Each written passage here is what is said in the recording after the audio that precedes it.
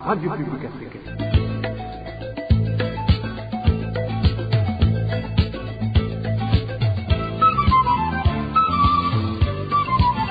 Radio Publique Africaine.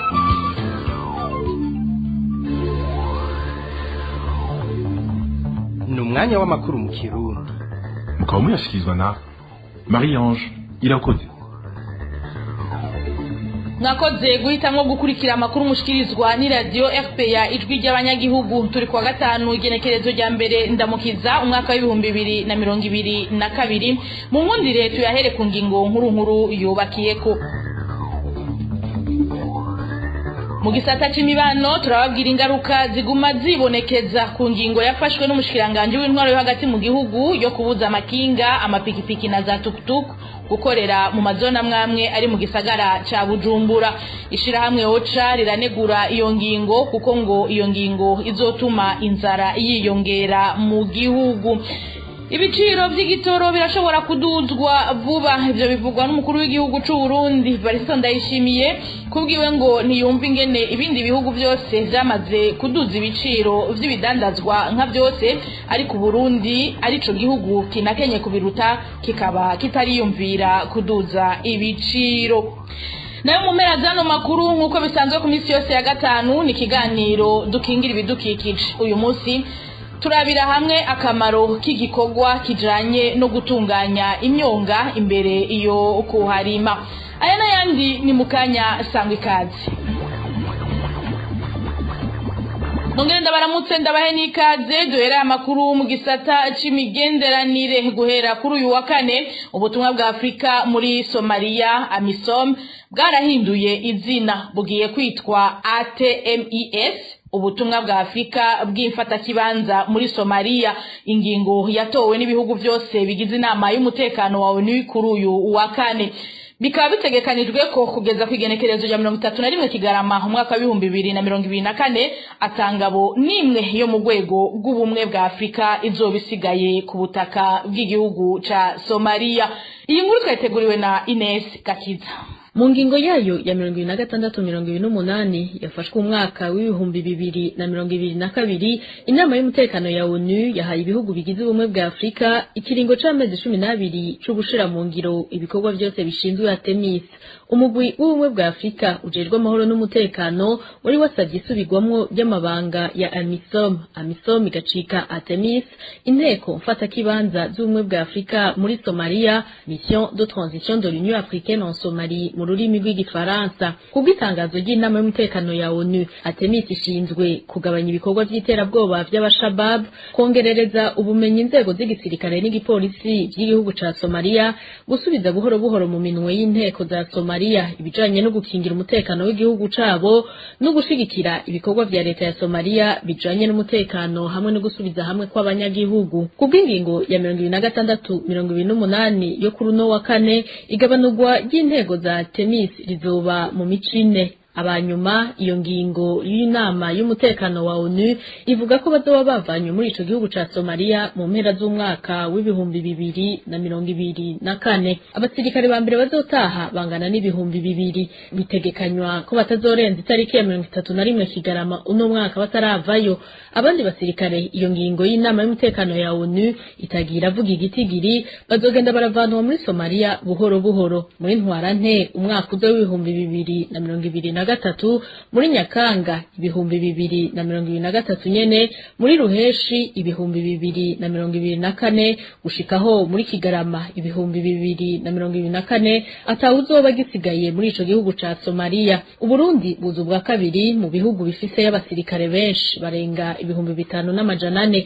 Igihugu ca mbere ni Uganda gifite abarenga ibihumbi 6,200. AMISOM ifite abasirikare bose hamwe bangana n'ibihumbi 21,500. Ico gikorwa cyo gufasha kugarukana amahoro muri Somalia cafasha Burundi kwinjiza amafaranga menshi y'agaciro. Ines Gakiza urakenuye. Tukiri muri ico gisata nyene c'imigenderanire, igihugu c'u Buganda cemereye ingenzi zinjira muri ico gihugu ziciye ku mipaka ihana n'ibindi bihugu ko abazoba barahawe inkingo zikwiye za COVID-19 batazoba bagisabwa gupimwa uwo mugera. Ivyo vyashikirijwe na muganga Henri Mwembesa arongoye igisata c'amagara mu bushikiranganje bw'amagara y'abantu mu gihugu ca Uganda mwikete ryo kuwa 28 ntwarante uyu mwaka, aho yanasavye ko ibigo vyigenga vyahora bipima gukinjura ku bwinjiriro bw'imipaka ngo kuko bitagikenewe ko hakorwa ibipimo vya COVID-19 ku mipaka y'ico gihugu. Iyo ngingo ikaba yafashwe n'ico gihugu mu ntumbero yo gushira mu ngiro ivyari vyasabwe mu nama y'abashikiranganje b'umuryango w'ibihugu vyo mu karere ka Afrika y'ubuseruko yari yabaye mu kwezi kwa Nzero uyu mwaka, aho bemeranije ko hakwiye korosha ingingo zafashwe zo kwirinda ikiza ca COVID-19 hagati y'ivyo bihugu kugira ubutunzi bw'akarere busubire bunagurwe. Ariko muganga Henri Mwembesa akaba yamenyesheje kuwa 29 ntwarante ko igipimo citwa PCR kimara amasaha 72 kizoguma gisabwa ku bagenzi bose baca ku kibuga c'indege mpuzamakungu Entebbe. Ayo makuru tukaba tuyakesha ikinyamakuru The East African.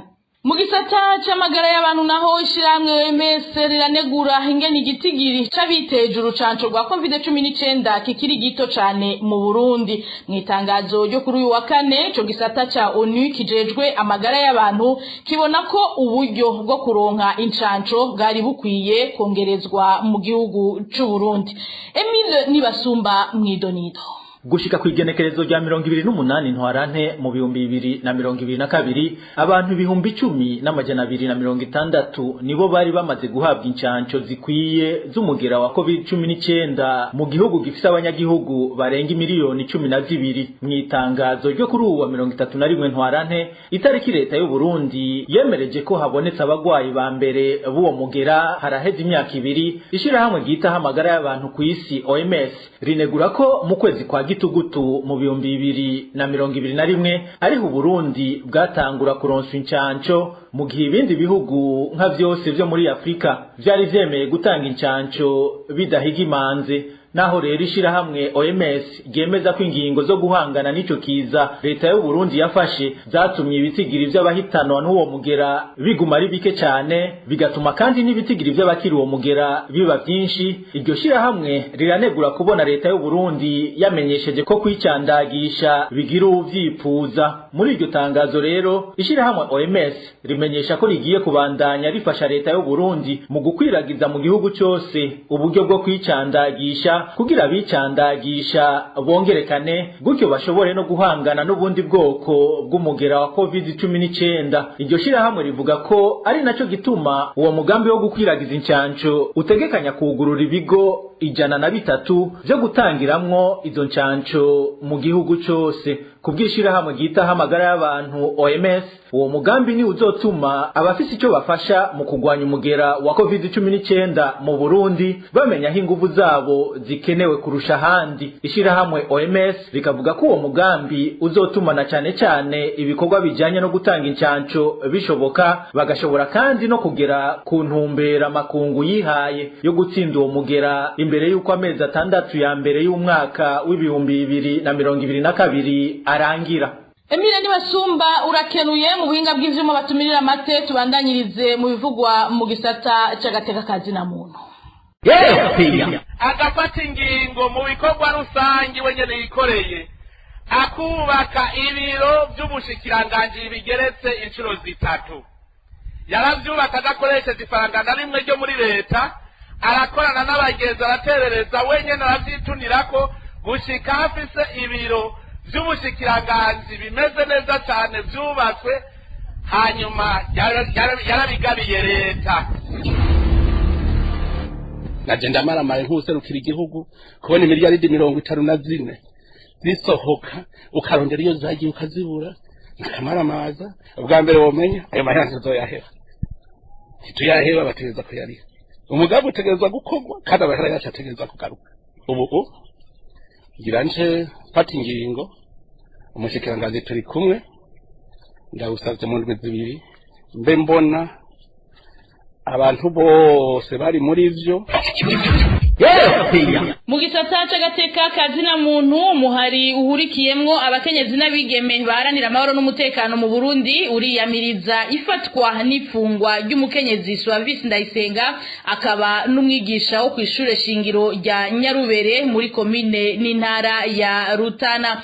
Uretse ko yari gutegerezwa gukingirwa kubera ko yibungenze ngo nta kintu cosigura itabwa mu mvuto ryiwe kuko umuntu wese akwirikiranwa kucaha yakoze. Kurikira Jean d'Arc Zaninyana arongoye umuhari w'abakenyezi n'abigeme baharanira amahoro n'umutekano mu Burundi.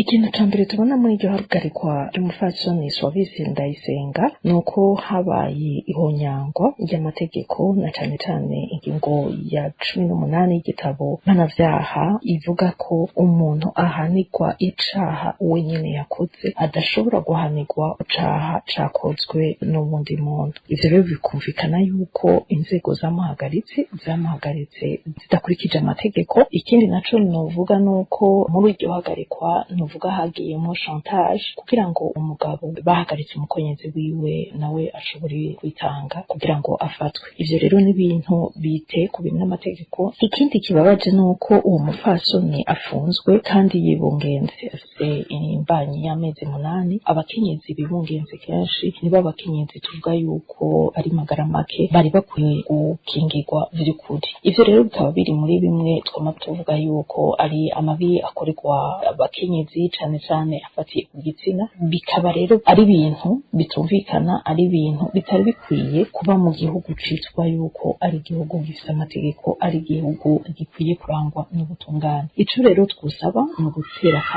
akamo tugatera ubutungane bw'u Burundi ko uno munsi hagize yuko abakenyezi abarundi batunganirwa mu mategeko yabo, ko ubutungane atari bwo bwari bukwiye gukoresha igikenye, ariko igikenewe gukorwa ari ugukurikiza ayo mategeko yanditse kugira ngo n'uhanwa yumve yuko ahanwe kubera ko ico caha kimwagira atariko arahanwa atanico yagirizwa. Ikindi naco nuko dusaba cane yuko uwo mukenyezi akingirwa. Nimba ubwo butungane budashobora kumukingira, leta y'u Burundi ishobora kuraba kumva akakamo ikumva uwo mukenyezi aho ari, maze bagashobora kumukingira bagakingira n'umwana uno munsi yibungenze. Tubibutse ko umukenyezi Suavis Ndayisenga yahagaritswe n'abapolisi mu gatondo ko ku musi wa gatatu heze akuwe ku muhaniwe aca ajanwa mu gasho k'igipolisi c'Inyamiramabi aho nyene mu Rutana. Amakuru atangwa n'ababanyi akaba amenyesha ko abamufashe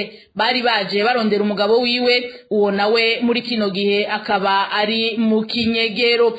Tukiri muri ico gisata nyene c'agateka kazina muntu, tuve mu ntara ya Rutana dusimbire mu ntara ya Bururi. Abanyagihugu bane bo muri komine ya Mugamba bamaze indwi zirenga 2 bafunzwe inyuma yo guhagarikwa n'igipolisi cari kumwe n'imbonerakure. Bose uko ari bane nta numwe ararengutswa imbere y'ubutungane. Eros Divaremesha mwidonido. Batatu muri abanyagihugu bahagaritswe kwigenekezo rya 11 ntwarante, uyundi umwe ahagarikwa kwa 15 ntwarante. Bamwe mu banyagihugu bo muri komine ya Mugamba bavuga ko bose uko ari bane ihagarikwa ryabo ryagizwe mu ruhara n'indongozi z'imbonerakure zo muri iyo komine. Uyu munyagihugu avuga ko abahagaritswe bose bafitanye isano n'umugambwe CNL. Tambire habanje yafatwa Habyarimana Romuald. Uwo rero Habyarimana Romuald yahasorongoye umugambwe CNL Mugamba mugabo yaheruka kwishikana muri CNDD-FDD. Jean Pierre Nanigwa Nsabimana Emile, abo rero kuri batatu baratwawe na documentation bari Bujumbura. Hanyuma hakaba n'umurongozi w'umugambwe CNL nawe Sidimo Philippe bifatwa mu nyuma baracana mu gasho n'ikigerazo Mugamba. Kurengutswa imbere y'ubutungane kw'abo banyagihugu kugira ngo hamenyekane icyaha bagirizwa catumye bahagarikwa nivyo bisabwa n'abanyagihugu bahi Mugamba. Rero ni ibintu bibabaje umuntu afunze ico gihe cyose akaba atararenguswa asambishwa kugira ngo hamenyekane vy'ukuri imvo ico bamwagiriza. Twebwe rero tugasaba yuko abantu boreka kududoberezwa bazira ubusa, kandi tugasaba yuko ubutungane bwokora budahengamye, hanyuma bakareka abantu kubika abantu mu busho aho kubumviriza, kuko hari vyinshi bisanonekara kandi bigatera n'icuka kiri mu kibano. kuri ivyo RPA yagerageje kurondera kuri telefone Naombaye Venuste musitanteri wa komine Mugamba kugira twumve ico avuga kuri abo banyagihugu arongoye basabigwa ubutungane, ariko yatumenyesheje ko twomurondera hanyuma kubera ko afatiriwe n'ayandi mabanga. Dusubiriye kumurondera akaba atatwitavye telefone. Eloge Divin Remesha tukiri mico gisatanyene c'agateka kazina muntu Fortune Gaetan Nzongo ahejeje kwemezwa n'inama y'agateka kazina muntu ya ONU ko ari we intumwa idasanzwe ya ONU ijerwa agateka kazina muntu mu Burundi. Izina ry'uwo munyaburkina Faso w'imyaka 48 yemejwe mu nama igiri ya 49 irangira uno musi.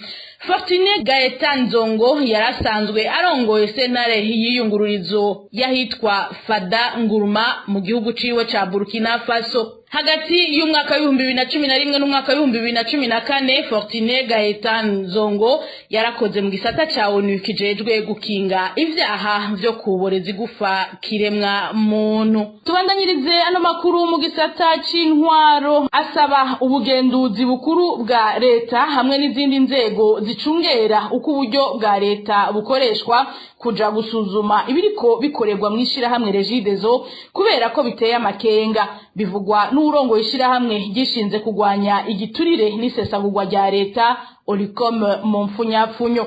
Gabriel Rufiri yanasavye ko izo nzego zorikanura cyane kurusha kuko ushobora gusanga ayo manyanga ariko aranakorwa mu yandi mashira hamwe yegukira leta. Ibi akaba abivuze inyuma yaho muri Regideso hagaragariye ubunyonyezi n'amanyanga afatiye kwitangwa ry'amasoko agera ku mafaranga imiliyaridi 50 z'amarundi.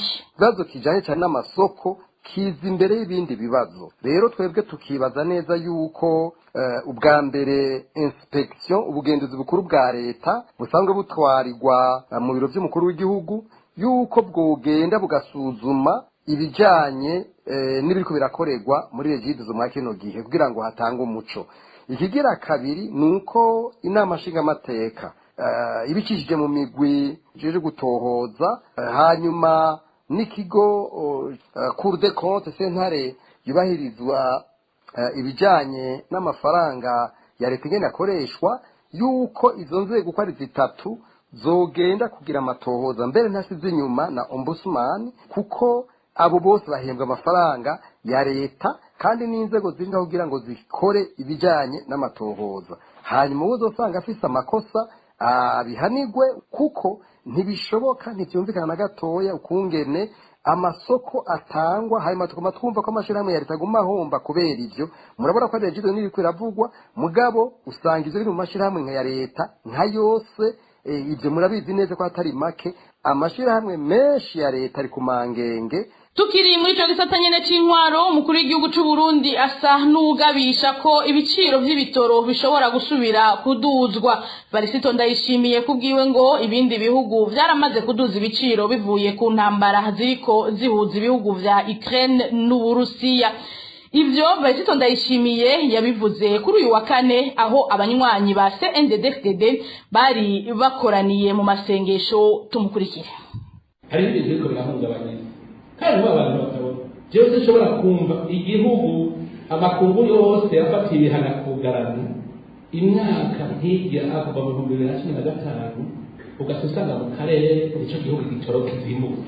Aka kantu ko nyene kabaye kuri Ukraine na n'Uburusiya hose niburaya baciye bagwiza kabiri ku gitoro mugatora turacacumbagiza ihebutse nibyo turabagomba mugatora turacacumbagiza mugabo bo baciye bagwiza kabiri mu karere baciye ibintu byose biduka n'ikije mu cyace biduka ukazibona twebwe turacavuga tuti tubanze duhendahende mugabo natwe mugabo tubanze tubabere tuzohendahenda gushika ryari. Aho rero aho abantu baciye ubwenge bacatangura kwiyumvira mu mutwe bati none aho barangurira so turangurira ure turavyiyumvira ejo ukazibona ubwiwe nanjye turabavuga ati none tugira gute ko twakuriye ko amakori kugira ngo turabe ko tuzokuba kigabanurire iki none ntibizoteba none ubu tuzokora ko ikori riyeka atariha ntawe umuntu akiyumvira ati bizogenda gute uri incabwenge urabona ibiba ku isi ugaca umenya n'ingene urazifata agafata ingingo mu bikorwa rusange we nyene yikoreye akubaka ibiro by'ubushikiranganji bigeretse inshuro zitatu. Yaravyubaka adakoresheje ifaranga na rimwe ryo muri leta, arakorana n'abagenzi araterereza wenyene aravyitunirako gushika hafise ibiro by'ubushikiranganji bimeze neza cyane vyubatswe, hanyuma yarabigabiye leta. naje ndamaramaye nk'userukira igihugu kubona imiliyaridi 54 zisohoka ukarondera iyo zagiye ukazibura nakamaramaza. ubwa mbere womenya ayo mayanza zoyahera tuyahera bategeza ko yari umugambi utegerezwa gukorwa kandi abahera yacu ategereza kugaruka. ubu giranje fata ingingo umushikiranganji turi kumwe ndagusavye mu ndwi zibiri mbe mbona abantu bose bari muri ivyo. Tubandanyirize ano makuru mu gisata c'imibano nkuko nene babwiye mu ngingo nkuru kuronka amata muri komine Muha ntivyoroshe kuvaho baburije amakinga gushika mu gisagara ca Bujumbura, nayagize ngo araboneka usanga ari ku giciro kinini. Bamwe mu bayadandaza batanguye kugara aho bakorera. Iyi nkuru twateguriwe na Eloge Kwizera. Amafaranga ari hagati y'amajana 3 n'amajana 4 iyo yadugijwe ku litiro ry'amata muri komine Muha mu gisagara ca Bujumbura kuva hafashwe ingingo yo kwirukana amakinga yahora azana ayo mata mu gisagara ca Bujumbura. Abanyagihugu bo muri komine Muha bavuga ko ari kibazo gikomeye. Kuva ino ngingo itangiye gushirwa mu ngiro amata yarazimvye cyane kubera twarategura litiro nayo cyane n'amajana 8 bibaye 2. Ariho naho bamaze gushirako katweza kuri litiro ko menshi yaviga ihanga zanya amata rero urumva baca bayaduza kuko nta handi ava. Bamwe mu badandaza amata barugaye kubera ukuyabura. N'amata make abonetse azanwa n'imodoka yo mu bwoko bwa kamyonete. Yakaduga kameze nk'agakamyonete gatoyi buriko bakoresha aho bahora badandaza henshi baratanguye kugara. Amata kuyaronka ni kibazo gikomeye kubera amakinga atagisishika mu gisagara. Abanyagihugu bo muri komine Muha mu gisagara ca Bujumbura basaba ko ayo makinga yorekurirwa gusubira gukora gutyo bagasubira kuronka amata nkuko byahora. Eroje Kwizera tukiri muri ico gisata nyene c'imibano, ingaruka mbi zo kubuza amakinga amapikipiki hamwe na tuktuku gukorera mu gisagara ca Bujumbura ziribonekeza ku bituro vy'amabisi yunguruza abantu ku mugwa mukuru w'ubutunzi. Abanyagihugu bafata imodoka zija mu mazone agize komine Muha baridoga kubera imirongo miremire n'umwanya munini bahamara barindiriye, bigatuma bamwe bataha n'amaguru inyuma y'amasaha y'akazi. Iyi nkuru ni ya Elvis niyo mwongere.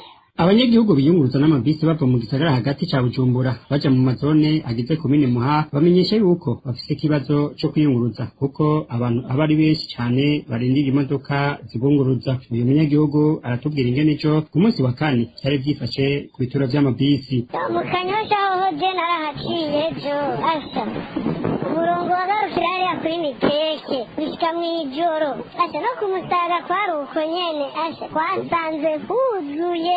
Rero ngo byavuye ku bukene bw'amabisi kunyuwe n'iyirukanwa y'amakinga amapikipiki hamwe n'amatukutuku mu gisagara ca Bujumbura. Ibi bintu byatumwe n'ubukene bw'amabisi bari buhasanzwe ubu rero byagiye kwiyongera kubera bijya bintu babujije vy'amamoto atembera mu gisagara. Urumva bari bafise nka zijya tumoto duto duto urumva bideplasa mu gutaha canke zijya nini zidaca amahera za fere promenade. Mugabo ubunye bose kubera imoto baca biruka baja gutonda ku mabisi urumva imirongo ikiba myinshi gusumba. Abiyunguruza n'amabisi mu gisagara ca Bujumbura basaba leta gutorera umuturama ikibazo cyo kwiyunguruza muri kino gihe canke bakareka amapikipiki amakinga na tukutuku bigasubira gukora. Elvis niyo mwungere turi muri ico gisata nyene c'intwaro shirahamwe OCHA ryegamiye ONU ribona ko ingingo leta iheruka gufata yo kubuza amakinga amapikipiki ico kimwe na za bajaji kugera mu bibanza bimwe by'igisagara ca Bujumbura izotuma habaho iduga ry'ibiciro by'ibiribwa n'ivyo kwiyunguruza. Ivyo navyo bikazotuma inzara yongerekana n'agahembo kahora karonkwa n'abatari bake bakoresha ivyo vyuma batakabona. Ishirahamwe OCHA ryandika ko hambavu y'ivyo abandi bashobora kubura ico bafungura ari impunzi zaheruka guhunguka ziba mu bihugu bitandukanye kuko ivyo zatekerewe bishobora kuba vyaraheze. Eric Niyonzima Mwidonido. Abakozi baba ibihumbi 200 bahora banyonga ivyuma vya bajaji amapikipiki hamwe n'amakinga bagiye kugira ikibazo cyo kubura ibifungurwa bivuye ku ngingo leta y'u Burundi iheruka gufata ibuzivyo vyuma gukorera mu gisagara ca Bujumbura nkuko vyandikwa na OCHA ibiciro vy'ifungurwa bishobora kuzoduzwa cyo kimwe n'ibiciro vyo kwiyunguruza nkuko tubisoma ku rubuga rw'igishyiramwe mpuzamakungu rijejwe gutunganya ibikorwa vyo gufasha impunzi zigera ku 33 zahungutse mu kwezi kwa Nyakanga na Kigarama. Ibifungurwa bari batekerewe bishobora kuba vyaraheze. Aha bakazoba mu bukene bw'ifungurwa gushika hivyo barimye bizerera igihe cyo kwimbura ca kabiri kigeze mu kwezi kwa gatandatu. Naho ishirahamwe OCHA rimenyesha ko mu bice bimwe bimwe z'igihugu indya zabonetse kurusha mu kwezi kwa kabiri. Bivuga kandi ko mu bice vyo mu burengero no mu buraruko haguma hibonekeza ubukene bw'ifungurwa bitumwe n'uko rudandazwa rwahora rubera ku mipaka Uburundi buhana n'u Rwanda rutagikunda kubera ikiza ca corona canke imvo za politiki. Eric Niyonzima urakoze. Mu buhinga bw'ivyuma batumirira mate duheze aya makuru mu kiganiro dukingira ibidukikije. Mu kiganiro dukingira ibidukikije cuno munsi turabira hamwe ibijanye n'igikorwa cyo gutunganya neza umwonga imbere yo kuharima ivyo bita aménagement des marais mu rurimi rw'igifaransa. Turaja kubona akamaro ico gikorwa gifise mu bijanye no kugwiza umwimbu hadasizwe inyuma gukingira ibidukikije. Ikiganiro mwagiteguriwe na Emmanuel Niyungeko. Dukingira ibidukikije. Dukingira ibidukikije ni ikiganiro gihamagarira abanyagihugu bose ibisata bitandukanye kumenya ko ibidukikije ari byo soko ry'iterambere n'amagara meza ku bantu no ku binyabuzima. Ikiganiro dukingira ibidukikije mugitegurirwa mukagishikirizwa na Radio Publique Africaine ijwi ry'abanyagihugu.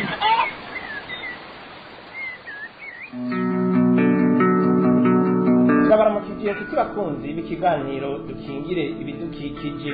Umwonga ni kimwe mu bibanza bigize isi ndimwa bishobora gusahiriza abanyagihugu n'igihugu mu bijanye no kugwiza umwimbu.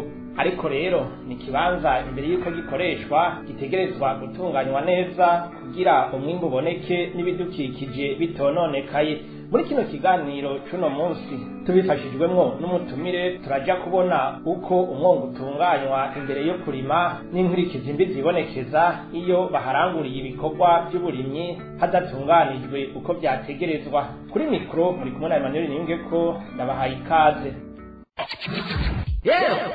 Uwo munyagihugu yahora buna hari toborera canke nyina gatinya no kuritobora kubera gutinya uwo mutura ku mutwe butaratamanzura iyo yiteye mu ngundu y'igitoke canke iyo yisakiye mu gisaka aho naho atari karakinja mu mukenke ukamuha imikoro akabona kwikora mu gahogo. Ndasubiye kubaramutsa mwebwe bakunzi ba kino kiganiro mwahisemwo guteramana natwe. Mu ntara nka zose z'u Burundi imyonga irarimwa mugabo siko yose ibitunganijwe neza. Ivyo rero biraheza bikagira ingaruka mbi haba ku mwimbu canke ku bijanye no gukingira ibidukikije. Umutumire wacu umuhinga mu vy'indimo Eric Kabwati aha abanza kutwiganira uko umwonga utunganywa. Kubijanye no gutunganya imyonga habanza kubaho icigwa gikorwa n'abantu b'inzobere mu byo gutunganya imyonga kuko saba ari bo bose n'abantu baba baravyigishijwe bakabikora bakabimenya. Ico cigwa rero hararondera abo twita abafundi muri vyo bakaza bwa mbere bagapima uburinganire nibwo bubanza bukerekana ibikorwa nyamukuru bija gukorwa muri ico gikorwa cyo gutunganya umwonga bakoresheje uburinga bwabo mu byo twokwita topography. Haje gupima uburinganire barapima umushurunguru ku mumanuko rimwe twita mu gifaransa pente kugira ngo bazomenye bati amazi tuzoyaha inzira ingana gute baravye umumanuko wari hasanzwe ico bita pente naturelle bo bagaca biga kwene bazoshiraho ico bita pente artificielle. Ivyo rero biheze bamaze kubona bati umwonga ufite uburinganire bungana uku kwa metero kwadarato zingana uku canke kilometero kwadarato zingana uku baraheva bakaja mu bikorwa nyezina ibikorwa nyezina byo gutunganya umwonga. Izo bikorwa nyezina rero nizo bifite akamaro ku bintu byinshi cyane. Ubwa mbere barashiraho ivyo twokwita ceinture de sécurité, no kuvuga ikanevo ikikuza uwo mwonga ica haruguru y'umwonga mu nkengera z'umwonga izokinga y'amazi ava ku musozi hejuru amwe ya erosion imbere yuko ashika muri wa mwonga akabanza agashikira muri ya kanevo nini baba baciye kugira ngo ikingire wa mwonga. Kuko iyo yaje ari menshi akaza ubwo nyene agashika aho rutira mu mwonga yonona ibintu vyinshi. Inyuma y'ivyo bikorwa byo gupima uburinganire bw'umwonga hamwe no guca umuserege uwukikuje wo kuwukingira amazi y'inkukura, haca hakurikira ibikorwa nyezina bijanye no kubaka ingomero zegeranya ayo mazi ngo ntazokonone imirima, ari nayo kandi bakoresha mu kuyivomera iyo imvura yagabanutse. Barubaka kandi n'imigende itwara amazi mu mirima, ivyo bita canaux principaux mu rurimi rw'igifaransa, nk'uko umutumire wacu abandanya bitwiganira. Barashiraho ico twokwita amakanale principal atwara amazi, barashiraho amabaraje bashiramwo bayita amabaraje hydroagricole mu gifaransa. Rero atizukwe nagenda ashigwaho baravye n'uburinganire hagati y'ubundi n'ubundi, ku buryo yuko iyo izo baraje zuzuyemwo amazi mu gihe c'imvura nyinshi ya ruguru iruzura yagabanije y'amazi ayuzura arenga akagarasura agakomeza agasesekera mu ikurikira yepfo gutyo bigatuma amazi atagira iki tayiva ngo yonone wa mwonga. Aho ni mu gihe c'imvura nyinshi murumva ko ukagabanya ico bita inondation. Mu gihe c'ici naho za baraje nazo zisha zikora akaza kaya hanini. Mu gihe c'izuba imvura yataze za baraje zazibika amazi, ya mazi ashakoreshwa mu gukora iki, mu kuvomera imirima. No kuvuga umwonga utunganijwe neza bawurima ibihe byose. Barawurima mu gihe c'imvura bakawurima no mu gihe c'izuba. Iyo bamaze kubaka wa muserege ukikuje umwonga, arivyo bita ceinture de sécurité mu rurimi rw'ikinyamazuru, ingomero z'amazi hamwe n'imigende mikuru, haca hakurikira igikorwa cyo kubaka imigende mito ariyo bita mu rurimi rw'igifaransa canaux secondaire igabura imyaba. Ingenieur agronome Eric Kabwati arasigura akamaro k'iyo migende. Ziba ziri mu mirima baba batunganije neza ico bita planage, zigabura mu co bita parcellere, nazo nyine zifasha kugira ngo igihe amazi abaye menshi atagenda ngo aninde mu murima aca akamuka ubwo nyene ziyatwara asubira kuja muri ya kanale principale, mbere akamukira aja muri za barage ziherekanye. Mu gihe c'izuba izo kanale secondaire zifasha akazi ko gukora iki, ko kuvomera amazi akagenda acamwo ku rugero baba bayahaye nyene, kuko umwonga utunganje ndabisaba yuko no kuvomera amazi uvomera amazi asa nk'ayaharurika aringaniye, kuko ushiramwo ayo ukeneye, ushaka no kuyakuramo ugaca uyakuramo, kuko hariho kanale tertiaire zikora gukamura drainage, nazo tuzikoresha muri drainage. Ko hari amabase nayo bimba kuri niveau yo hasi cane atuma akamura amazi. Amabase rero akamura amazi nayo nizo canaux tertiaires ziba ziri hasi par rapport à canaux secondaire zifasha mu gihe c'imvura, naho nyene ni ya meme scenario. Mu gihe c'imvura tuma amazi ataninda ngo agume mu mirima. Mu gihe igishanga kiba kirimwo bya byunyunyu bibi cyane ku biterwa twita nk'umunyu, amazi ava mu murima agaca kamukira mu resivaje. Umunyu ico gihe ushukamuka byoroshe gacu twabona ya makano tertiaire agashagenda muri za base za drainage. Urumva yuko n'umunyu ahantu hatunganijwe neza udahita ngo wonone imirima. Kandi ni amazi abaye menshi nyene watwe amazi ateze mu murima, naho nyene imizi igitebo gishakibora. No mu gihe c'imvura nyene murumva ko amazi ashakamuka ni wakubera iki hatunganijwe mu buryo bwiza, mu buryo bukijambere nyene. Umva yuko mu gihe hatunganijwe neza hari ibintu byinshi hashobora kuba hakingira cyane gusumba umwonga udatunganijwe neza.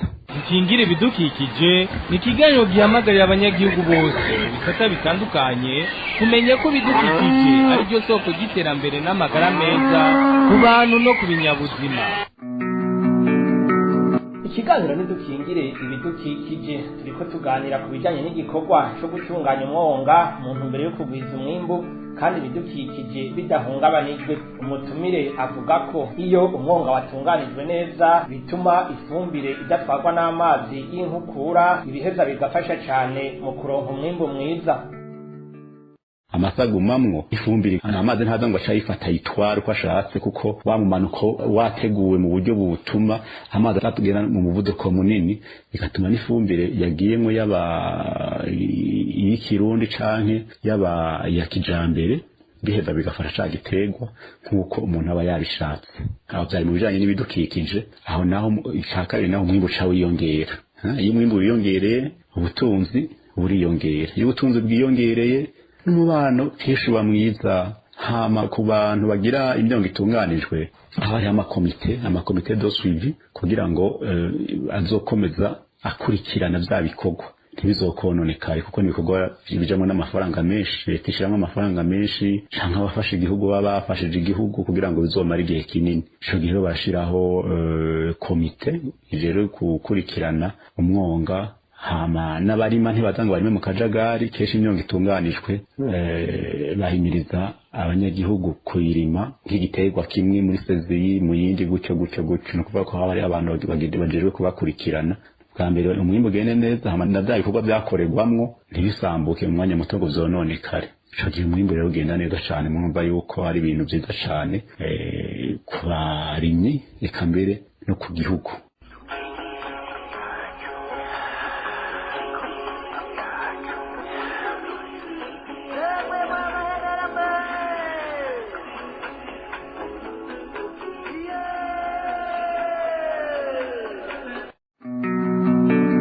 dusa n'abasozera ikiganiro cy'uno munsi, umuhinga mu bijanye n'uburimyi Eric Kabwati avuga ko gutunganya imyonga ari ngirakamaro cyane, haba mu gukingira ibidukikije canke mu kugwiza umwimbu. aha arerekana inkurikizi mbi zibonekeza iyo abarimyi baharanguriye ibikorwa ariko hatabanje gutunganywa uko vyategerezwa. imwe gutunganijwe nabi, mwaraza akarima kikamye, uwundi ahagaritse, ico gihe y'amazi aje akubita agaca atangiwe n'umwe yarima kikamitse, amazi agaca nindamwe akagumamwo, amazemo iminsi ibiri ibiterwa biba bigize iki, biba bivyumye. ico gihe iyo hari cacunyunyu kibe bita umunyu nyene sere, iyo umwe arimya ashinze uwundi akitse, ntumva aho ko y'amazi yokamuka ngo agenda atware wa munyu, ahubwo acaba menshi agacaguma n'ubundi akora iki, yica wa murimo. yafumbire bashiramwo kubera habatunganijwe nawe iraza igasenya ikabomora umurenzo canke iki, ukabubomotse ugahitana n'ibindi biterwa bigatwagwa, yafumbire igatwagwa, byose bikononekara. hama na ya sentere zose kikuje umwonga igabanya amazi yo ku musozi, imva mu gihe itahari amazi yo ku musozi azarirukanga n'umuvuduko mwinshi agahita yonona byose. mbere novuga yinonda umwonga wose, ugasanga n'abarimye tashoboha kuyi mu gihe imvura yabaye nyinshi cane. ico gihe umwimbu urabura, kandi abanyagihugu bataritse gusohora isuka, bo bashizemo ingufu zabo zose, bazimbwe mu kugura imbuto, bazimbwe mu kurimisha canke kurima ingufu zabo, mu gushiramwo wa mwavu, bakarindira umwimbu bakabura. mwumva yuko gutunganya rero imyonga ari ibintu ngirakamaro cane gose, haba mu bijanye n'ibidukikije, haba mu bijanye n'ubutunzi, haba mu bijanye n'umubano. ni ibintu bikomeye cyane byo gukorwa, kandi murabizi si ibintu umunyagihugu ashobora kwikorera. izo ni porogaramu leta itezwa gushiramo ingufu kugira ngo ibyo bikorwa bishoboke. bakunzi b'ikiganiro dukingira ibidukikije mwateramanye natwe, ni kuri izo mpanuro z'umutumire dusozereye ko ikiganiro cy'uno munsi. mwumvise ko iyo umwonga urimwe udatunganijwe neza atamwimbu mwiza ushobora kuboneka, mbere n'ibidukikije biba bidakingiwe. mwumvise kandi ko leta ariyo ifise uruhara mu gutunganya imyonga, kuko ari igikorwa gisaba uburyo bwinshi mu bijanye n'amafaranga. tubashimire rero kuba mwaduteze yompi, dushimire kandi umutumire umuhinga mu by'indimo Eric Kabwati. Namanyana ninge ko nabashikirije kino kiganiro, ndabasezeye ndabifuriza kuroranirwa mu banyu no mu byanyu, naho ubutaha.